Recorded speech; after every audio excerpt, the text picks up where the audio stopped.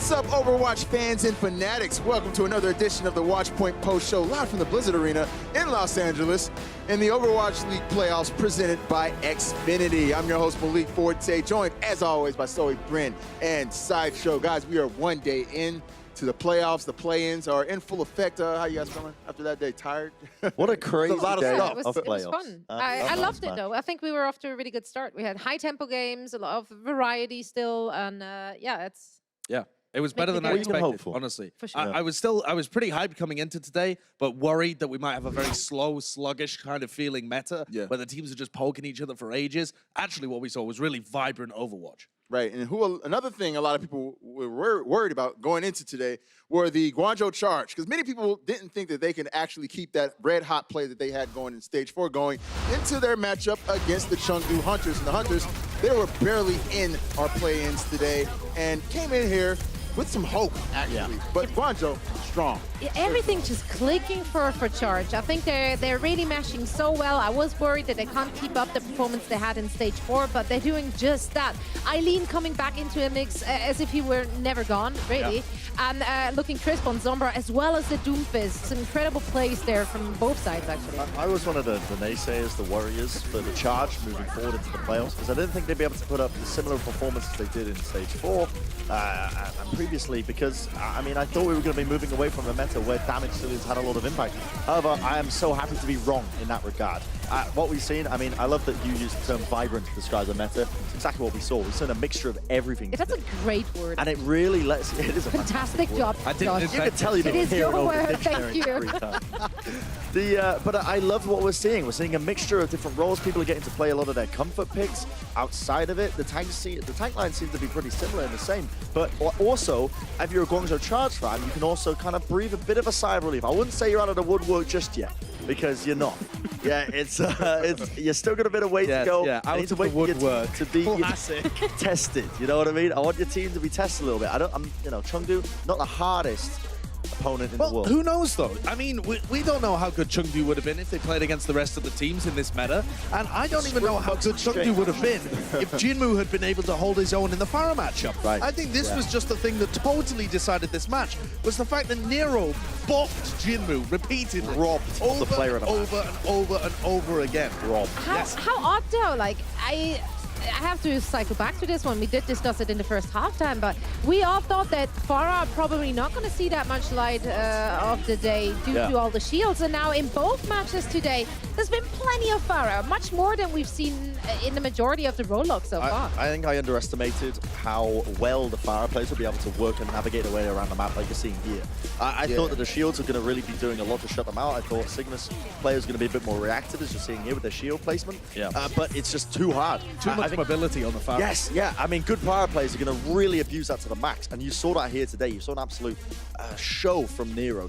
Look at the difference in Pharah final blows. 54 for Nero compared to 18 for Jinmu. Woo! There's quite a gap there, for sure. Nero's popping off. Nero is incredible. What a truly unbelievable performance from the young player. Should have been. I mean, he was definitely up there, I think. Was he your Stage 4 MVP? Was he in the running? Stage 4 for sure. MVP? Absolutely. For sure? Yeah. I mean, he looked like it today, for sure, for sure. Now, we got a whole match in this new patch, and we got to see a lot of Sigma today. So I'm really interested to know what you guys thought about Sigma. In that first match, we got to see Elsa and Hotba, the Sigma, but you guys think that he's going to be a mainstay in this meta? Seems for sure. That way. Yeah, and you can also tell the people who have actually put in the hours on the hero as well. Hopper, I know for a fact, has been grinding on Sigma in ranked for quite some time since he was released, and his mechanics were pretty clean in terms of the way he was using a lot of his abilities, his cooldown usage, all fantastic. But the aim is going to be the hardest part that a lot of players are going to be finding the most difficult to master. I think that aspect of it, because it's a unique projectile. We've never had anything like this before in Overwatch. Being able to rebound off of corners to get maximum damage and building up your ultimate. That the gravitational fluctuation beam. Yeah, that's the name of that. That's what it's called. Fluxing on him. Gravitic flux. I wrote it down just for you, Thank you, Zoe. Are you I welcome? can hear over your notes. But yes, I feel like you can definitely tell the players are getting maximum value out of the hero, and Hopper seems to be one of them. I do love how they counter each other out as well with his set. Like it's very interesting, and those rocks are really hard to hit, honestly. Yeah, especially when you've got another Sigma barrier in the way as well. I still have one question, something that I'm very curious to know. How does the flux work on Horizon Zero Dawn or Horizon Lunar Colony? Oh, when you're You think he outside. can Yeah, even that's- use this? Yeah, are these, Well, I really want to see that. He controls gravity, right? So Yes. you just like, wouldn't it just be Yeah, the but same? what if there is no gravity? But There is still everything, gravity there's still on the moon. gravity on the moon. But what if there isn't? There is, though. You don't chuck an apple and it just never comes down. I don't think anyone's ever chucked an apple on the moon. To Well, No, but Isaac honestly, Newton. if he pulls them up, then they should just go infinitely, right? yeah, Because if of the it's outside. acceleration. Yeah. Or maybe? I don't know the answers. We Yeah, I can don't know only what the test it escape out. Somebody, velocity is somebody at of an home, apple. Yeah, please you test this can't. out. Maybe a quick play match or something. Stop. Test it out. Test it out. But anyways, guys, here in the playoffs, it's been a lot of fun watching the Chengdu Hunters do their thing throughout the entire year. But unfortunately, they have been eliminated. And for any player in Overwatch, you know what being eliminated means. That means you go back to spawn. The Chengdu Hunters are back to the spawn. See Yep. ya. See ya. Bye-bye. Bye-bye, driver. Well, I like What? that. Is that Okay, Hammond? let's dissect. okay. We've got Clown Nose for the Clown Fiesta team. Yep. I love it. Which Yes. is phenomenal. I love this. The most entertaining team for sure. I can see Keo as well. I think that's a gerbil, not a hamster. Are you sure? I'm not sure at I've all. owned a lot of hamsters in my time, Josh. Really? That is a hamster. He is Really? competent. Okay, yeah. That's all that matters. Yeah. Look at him. These little competent beady eyes. Look at his, yeah. I mean, it's very beady creatures. Yeah. But- If they were enlarged, they'd be quite unsettling. Okay, so Anyway, Hunters, great team. great team. Yeah, I was gonna say. I mean, the Hunters are out today, but I mean, overall, you got to give them props for playing their on way. it. Okay, yeah, reflect on it. Yeah, they made This the is a meta. team. They came in it. They didn't want to abide by any meta. Yes, it may have been because G Cheerin was swimming across the ocean, maybe, but it could have been the fact that they had to roll with Eamon quite literally because they didn't have any other main tank Well players. done. Okay. But they made it, you know? They made it to the playoffs. That's more than most teams could do, and I think they proved something. You know what's the most Don't important? be a meta slave. Okay, yeah, that's that. I think that's They the way brought they they brought us joy. Okay, Yes. in dire times We are of many very, goats, very I think unhappy, they brought us so much joy because they weren't running goats. They weren't running the meta. It as was you a fresh said. bit of It was spice. beautiful. in the They morning. did, though, only have one winning stage this entire Like, that year, doesn't which was matter. the final stage. And they still did better than a lot of teams that tried to play triple tank, triple support. Sure, that's true, but I wouldn't say that they have Stop taking him definitively down. said that you don't have to be a meta slave. Like at the end of the day, they were a They team made that play-ins. didn't quite master They anything. made play-ins. They did More make than the most play-ins. teams, baby. It's No, it's more than not. most. It's literally more not than more than most teams. You guys- minimal top amount of 12. teams. You guys think it's worth noting that this was the only true Chinese roster that we had in the league? You guys think that's worth noting? Yeah, Yeah, for no, sure. and I think it's fantastic that they were able to actually show that they can roll with the top there because a lot of people have been looking down on the Chinese region as Yeah. a whole and not really respecting how much talent there is. And now having that Chinese team with an all Chinese roster has been an immense step for that I think- entire region. Also, just one final note. I think that when we move over to the homestands next year, I reckon that China as a region is going to be incredibly strong. I think you're going to see a lot of talent there. They're not going to be able to practice with teams in North America or Europe. They're going to be practicing with the South Korean teams. They're going to be practicing Yeah. with the other Asian teams. That region is going to be super dominant, and we may just see this kind of segregation almost as well as the sort of Asian region just reaches Yeah, I new like heights. I like the idea of maybe with the homestands and with the regions itself that they are in an incubation bubble Yeah. Right. and start like creating their own wonky metas Yes. again because that's Yeah. what they were known for, Right, right? exactly. Coming into this, I kind of want to see that Yeah, again. I do too. I do too. I think the fans over there are going to be crazy too. They're going to be nice. Well, anyways, guys, coming up, the Philadelphia Fusion. We're trying to keep their hopes of a hometown grand finals alive, but they'd have to go through the Shanghai Dragons in an epic one. Don't go anywhere. We'll break it down coming up. Coca-Cola is the official refreshment of the Overwatch League.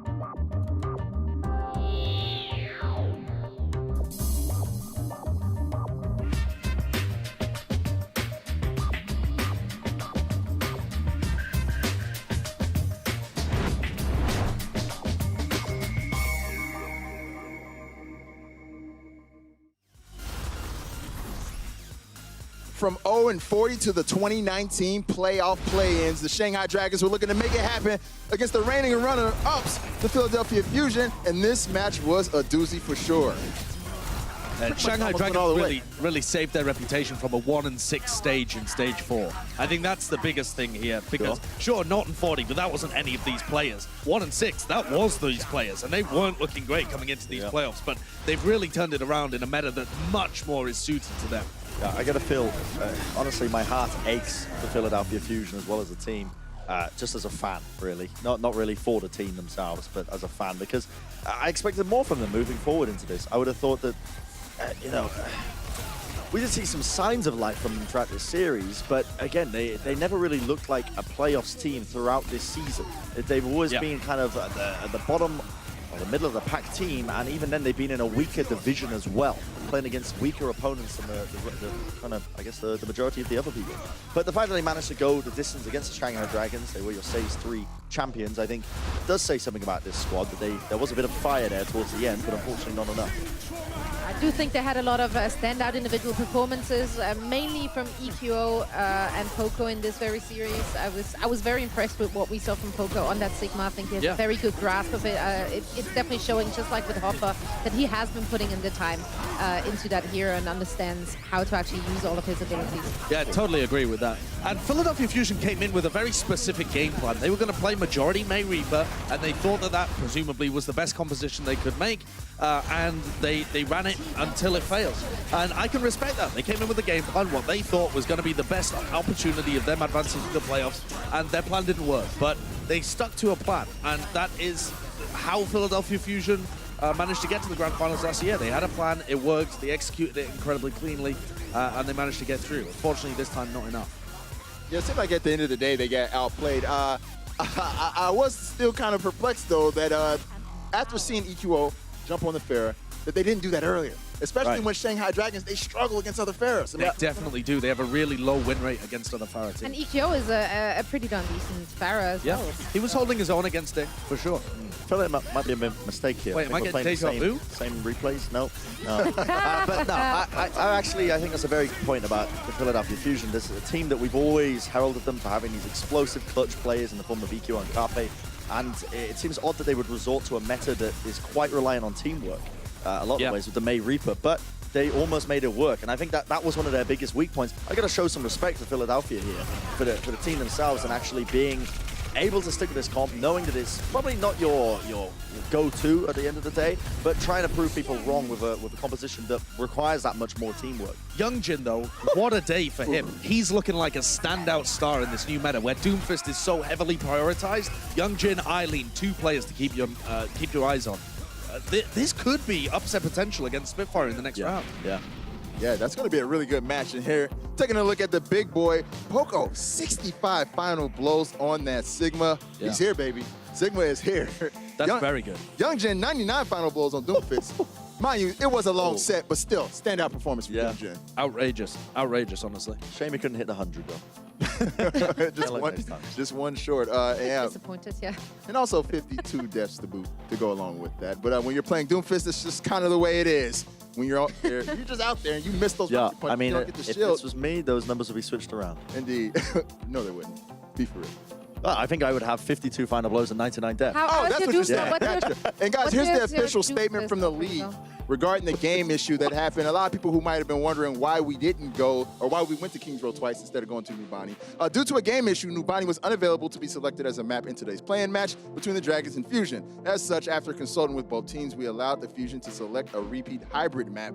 We are working hard to address this issue. So that hopefully clears up the confusion that everybody had about why we were back at Kings Row for a second time, given that.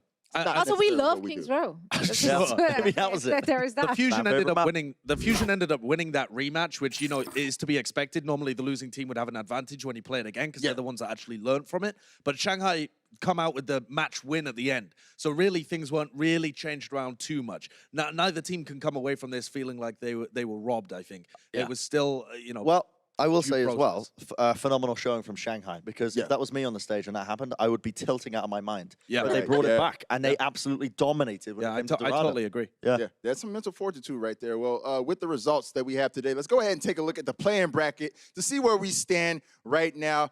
So we've already mentioned the Shanghai Dragons bright and early tomorrow. They got to wake up and come here and play against the reigning champions, the London Spitfire. And on the other side of the bracket, we got the Seoul Dynasty and the Guangzhou Charge. That's going to be a close one, in my opinion. What do you guys think? I think it might be very one-sided. Yeah, I think Really? the Charge Dynasty one is probably the one-sided affair. Spitfire okay. Dragons is going to be the interesting one. Okay. Yeah, I mean, most everybody, I think, would have Charge and Spitfire escaping from this bracket because Charge have been on such a crazy hot run.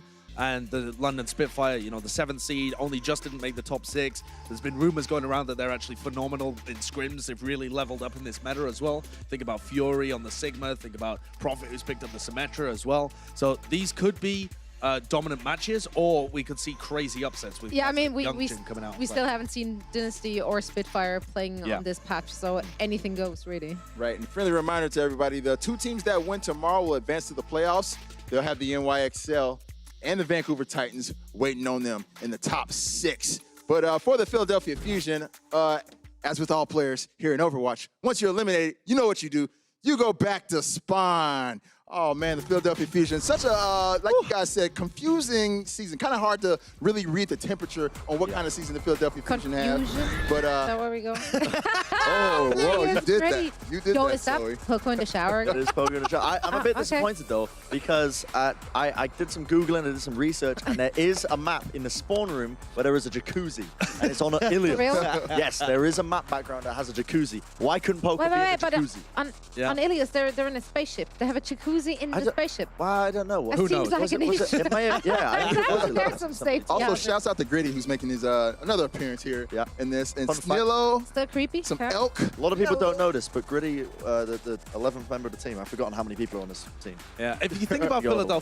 Philadelphia Fusion's year all round, though, it has been another mediocre year in the regular season, which is the same as what happened in 2018. They didn't have the greatest run. They only just snuck into the playoffs in 6th place. But last year, they were able to make this miraculous run in the playoffs and realize all of that potential that we'd seen. Now, remember, Philadelphia Fusion in 2018 actually got to a stage final as well and played against the NYXL. So we knew that there was flashes of brilliance from this team, but this year, we've seen none of that. It's been constant mediocrity all season long, unfortunately, and they weren't able to level up at the end of it for playoffs, too. So I think they'll be disappointed with how this season went, despite the fact that they were in the easier Atlantic Division, too. How did the Fusion build on this year, though? I mean, because they did make the playoffs. They're obviously not a bottom team. Sure. So how do they? Yo. Yeah. Gamer reflex. Video game reflexes. But what do they do to improve on this? I would definitely say you build around Poco as an individual. Okay. That's what I would say. I think Poco has been the standout player this year. He's been Mr. Consistent, and that's one of the things you really need to be looking at a player. He seems to have picked up Sigma to a very high level on a short amount of time. And we also know for him just to be, I mean, he's just swole. I think What can I say? if you're looking at how to build a team, it's been proven, I think, at this point that you need to be meta resistant. And I felt like no one knew how long the 3-3 meta is going to last, and they just kind of waited it out. And I don't think that's the right thing to do. I think at some point you have to start to make a move and actually better your roster in some way, shape, or form if it's not working, because you can't just hope that there is a patch coming out soon. I think the Philadelphia Fusion as well will have to assess who is still signed to them next year and which free agents they can pick up. They have guys like Alarm who are on the academy roster for them that they could bring up. They have an incredibly spicy successful pickup. Right. academy roster in Tier 2. So I could see this team making a couple of shuffles. I think EQO, Neptuno, and Poco are the 3 people that you really want to keep on this team, though. And then other people can shuffle around as is. I think they need a mentality shift more than anything, though. Every game they need to go into with a clear set plan of what they want to do and really rely on their coaching staff and start to develop this team. It's going to be very interesting to see what adjustments the Fusion do end up making. Well, guys, this play-in has not disappointed, and there have been plenty of huge moments, but which ones were the best of the best? Our top moments of the day are coming up right after the break, so keep it locked. The Overwatch League is powered by Intel. Game, record, stream without compromise on Intel Core i7. And by Omen, the official PC and display of the Overwatch League.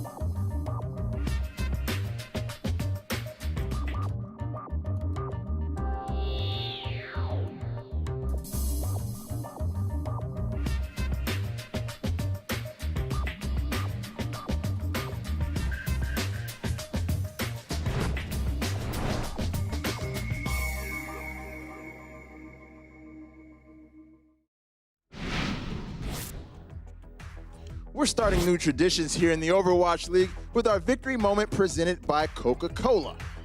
And here goes a tweet right here. Guangzhou Charge is lighting up the sky. If Seoul doesn't watch out, they can get electrocuted. Boom. Tune in for the ram barreling over the tiger. Drop the mic, Kaka. Feel the charge.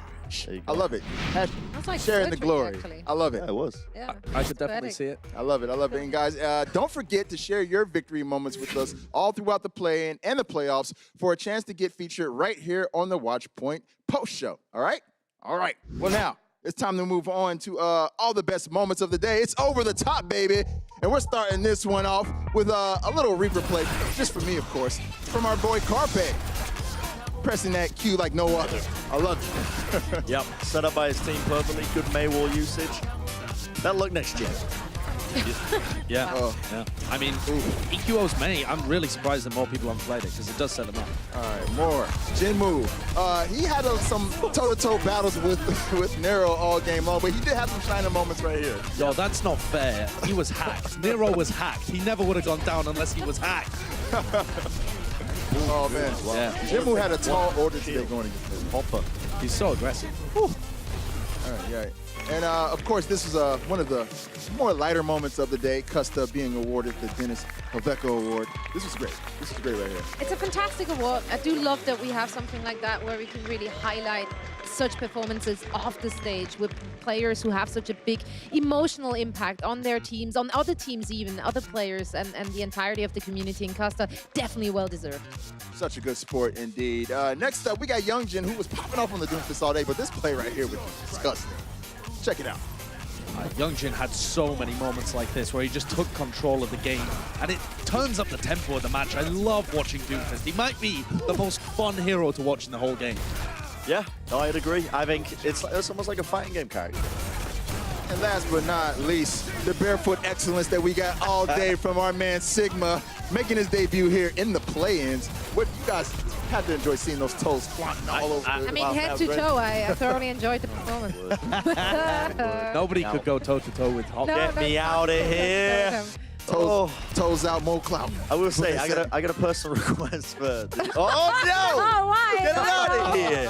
What are you doing? Oh, yeah. No, it's Also, wow. people on Twitter, please stop sending me pictures of your toes. I don't want to see those. But anyways, let's take a look at the Twitch cheer leaderboard here. Atlanta Reign still reigning supreme as they are still in that #1 spot. Shanghai Dragons crawling into the top 10, though. Looking good. The total of Atlanta Oh my Reigns God, bits that's is going up. It's steadily. outrageous. The total. Oh, that was terrible. That was awful. Boo this woman. That's pretty Get good. off the Well, deck. lucky for me, there is no audience to All right, moving over to our individual leaderboard. A lot of new names here that I have not seen. I see Puckhead 1994. What's up, dude? Mad Grip or GRP. What's up? Elf Kinks. What's up? Many I like numbers. these. I'm Many not going to read names. number 10, but I like what we got here. And of course, Lackish Bobby at number 4. So some of the usual suspects as well. These nuts. I was waiting for you. Inca Void coming I up. was waiting for you. Mama Shamada, Aperture. Yes. Sparky's Shocker. I think we named them all now. We didn't do Jonathan Larson. We didn't do Inca Boy. 2002. Elf Kinks. I'm just naming We had them. different names now. Oh, really? Yeah. I just love that name. Okay. Is that you? Is that your Mordor name? Oh my goodness. Well, guys, while we're on the subject of Twitch, I want you to make sure to go get that all access pass on Twitch because coming up right after the Watchpoint post show, our league insider Mika Burton will be here to talk to you guys. She'll be coming up right after to answer all of your questions. So make sure you get that all access pass. But guys, that's going to do it for us here on the post show. We're going to be back tomorrow for the pre-show bright and early at 11. Is it today? It is today. We're going It to is be back today. later We did it. today. What up? Bright and early at 11:30 Pacific with the pre-show. But until then, get some rest, everybody. We got more plans to go.